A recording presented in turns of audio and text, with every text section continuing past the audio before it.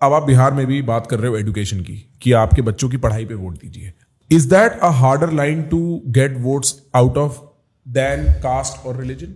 देखिए, हर व्यक्ति का, दल का, नेता का एक अपना बिलीफ सिस्टम है. मान लीजिए कि आप जाति की राजनीति करते हैं, तो आपको लगता है कि मैं जात की अपनी बात करूंगा तो मुझे वोट मिल जाएगा. कोई है वो हिंदू मुसलमान की राजनीति कर रहा है तो वो हिंदू मुसलमान करके वोट ले रहा है. कोई आदमी कह रहा है कि नहीं मैं तो विकास के नाम पर वोट मांगूंगा तो विकास के नाम पर वोट मांग रहा है. कोई कह रहा है मैं सेकुलर हूं इसके नाम पर वोट मांगूंगा इसलिए वोट मांग रहा है. कोई कह रहा है मेरे पिताजी ने बहुत बड़ा काम किया है इसलिए वोट दे दो इसलिए वोट मांग रहा हूं. ये तो आपका अपना व्यक्तिगत या आपके दल के साथियों का सामूहिक निर्णय है कि व्हाट इज योर यूएसपी, किस चीज पर आप समाज में अपनी बात रखना चाह रहे हो. हम लोग ये कह रहे हैं कि बिहार में आप अपने बच्चों के लिए वोट दो, उसके शिक्षा और रोजगार के लिए वोट दो. क्यों कह रहे हैं? ये ऐसी बात नहीं है कह रही है तो बात हर आदमी कहता है, नहीं ऐसी बात नहीं है. इसके पीछे पूरी एक थिंकिंग है. मेरा ऐसा मानना है कि लोकतंत्र में किस व्यक्ति को आप वोट देते हैं इसका बहुत इंपॉर्टेंस नहीं है. इंपॉर्टेंस इस बात का है कि वोट किस बात के लिए देते हैं. मैं फिर से दोहरा देता हूं, लोकतंत्र में आप किसको वोट देते हैं ये इतना इंपॉर्टेंट नहीं है जितना किस बात के लिए वोट देते हैं. इसको बताने समझाने के लिए मैं बिहार में पिछले 2-2.5 साल से जो कर रहा हूं, मैं लोगों को बताता हूं कि भाई ये बताओ, और मेरी किसी सभा में आप जाओगे तो मैं निश्चित तौर पे ये बात करता ही करता हूं. मेरा पहला सवाल होता है लोगों से और मैं हाथ उठवाकर वोट कराता हूं कैमरे पर कि बताओ कि आपके गांव में, आपके पंचायत में, शहर में और कुछ हो या न हो, आपके बच्चों के लिए बढ़िया पढ़ाई और रोजगार होना चाहिए कि नहीं होना चाहिए. सारे लोग हाथ उठाते हैं, बिल्कुल भैया ये तो होना ही चाहिए. चाहे वो व्यक्ति पढ़ा लिखा हो या अनपढ़, चाहे वो गरीब हो या अमीर, अगड़ा हो या पिछड़ा, हिंदू मुसलमान, महिला पुरुष, बुजुर्ग युवा, सब यही कहते नहीं भैया होना ही चाहिए. उनको पता नहीं कि नेक्स्ट सवाल क्या है. फिर मैं कहता हूं अच्छा अपने अपने बच्चों का चेहरा याद करो और याद करके ये बताओ कि आप में से किसने जीवन में एक बार भी अपने बच्चों के पढ़ाई रोजगार के लिए वोट दिया है. मैं आपको बता रहा हूं आज तक बिहार में 2.5 साल में एक आदमी ने हाथ नहीं उठाया है. अच्छा, नहीं उठाया?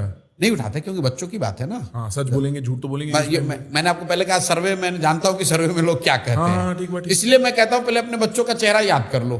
ठीक. और बताओ कि क्या आप में से किसी ने अपने बच्चों के पढ़ाई रोजगार के लिए वोट दिया है. तो समाज में चेतना इतनी है, वो बच्चों के नाम पर झूठ नहीं बोलते हैं. लोग कहते हैं नहीं दिया. तो फिर मैं कहता हूं भाई जब तुमने अपने बच्चों के पढ़ाई रोजगार के लिए वोट ही नहीं दिया तो फिर वो मिलेगा कैसे.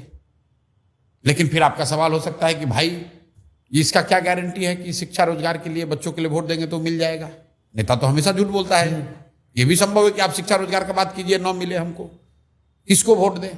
तो हमने जो फॉर्मूला बनाया है बताता हूं मैं कि आप वोट चाहे किसी को दे दीजिए, अगर शिक्षा रोजगार के लिए वोट दीजिएगा तो मिलेगा ही मिलेगा. कैसे, वो मैं समझा देता हूं कि भाई बिहार में आपने 5 किलो अनाज के लिए मोदी को वोट दिया. बिहार में चाहे जितना भ्रष्टाचार है 4 किलो अनाज सबको मिल रहा है. बिहार में लोगों ने हिंदू मुसलमान के नाम पर भाजपा को वोट दिया कि राम मंदिर अयोध्या में बनना चाहिए, इसके लिए वोट दिया. सारे हिंदू एक हो जाइए, अयोध्या में राम मंदिर बनना चाहिए. तो मैं लोगों को बताता हूं कि भाई देखो तुम्हारे गांव में नाली गली सड़क फैक्ट्री अस्पताल हो चाहे नहीं, अयोध्या में राम मंदिर बन गया.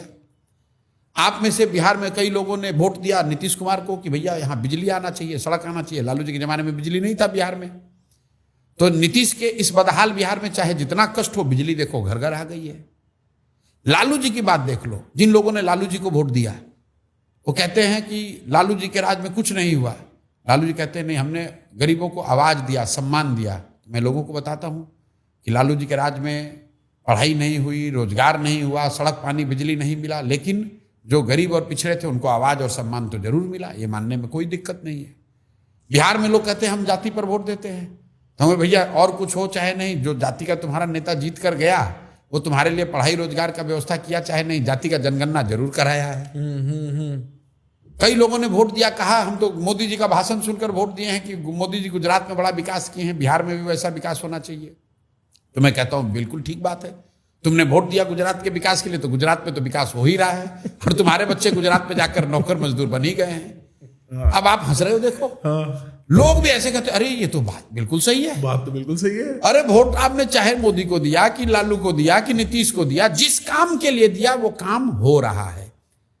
और आपने अपने बच्चों के नाम पर कहा कि आज तक किसी को अपने बच्चों के पढ़ाई रोजगार के लिए वोट नहीं दिया, तो मेरे भाई जिसको वोट देना है दे दो, एक बार अपने बच्चों के पढ़ाई रोजगार के लिए दे दो, चाहे लालू को दो, प्रशांत किशोर को दो, नीतीश को दो, मोदी को दो, आपके बच्चों के लिए पढ़ाई रोजगार होगा ही होगा। ये लोकतंत्र में वोट की ताकत है। कितना भी कोई भी नेता हो, जिसको आप कहते हो ना ये चुनाव का मुद्दा है, जिस मुद्दे पर वोट पड़ेगा उस पर कुछ ना कुछ काम होगा ही होगा। तो जो बॉटम लाइन मुद्दा है, तो इसलिए मैं बिहार में एक ही मुद्दा बना रहा हूं, अपने बच्चों के लिए वोट दो। क्योंकि तुमने जाति के लिए वोट दे दिया, तुमने अनाज के लिए वोट दिया, तुमने मंदिर के लिए वोट दिया, तुमने नाली गली के लिए वोट दे दिया, तुमने गुजरात के विकास के लिए वोट दे दिया। एक बार जीवन में वो करो जो तुमने नहीं किया है, वो ये कि अपने बच्चों के लिए वोट दो, उनके शिक्षा रोजगार के लिए वोट दो। चुनकर जो भी आएगा तुम्हारे बच्चों के शिक्षा रोजगार की व्यवस्था करेगा। तो आपके कहने का अर्थ यह है कि जो बॉटम लाइन मुद्दा है, अगर आप वो बात पे वोट डालोगे तो वो बॉटम लाइन मुद्दा मंत्री को, नेता को किसी ना किसी तरीके से फुलफिल करना ही पड़ेगा, चाहे वो कितना बड़ा भ्रष्ट हो, करप्ट हो, इनएफिशिएंट हो।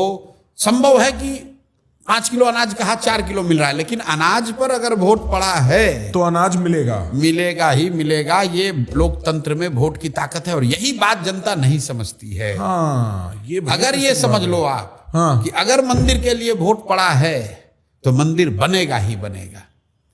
आज बने या 2 वर्ष के बाद बने, पर बनेगा ही बनेगा। ये लोकतंत्र में ताकत है आपकी। मंदिर पर जब वोट पड़ गया और भाजपा जीतकर आ गई तो भाजपा तो उसके पक्ष में है ही, कोर्ट ने निर्णय दिया, मंदिर बना, लेकिन जो सो कॉल्ड उसके विपक्ष में थे वो भी अब उसका विरोध नहीं कर रहे हैं। ये लोकतंत्र में वोट की ताकत है।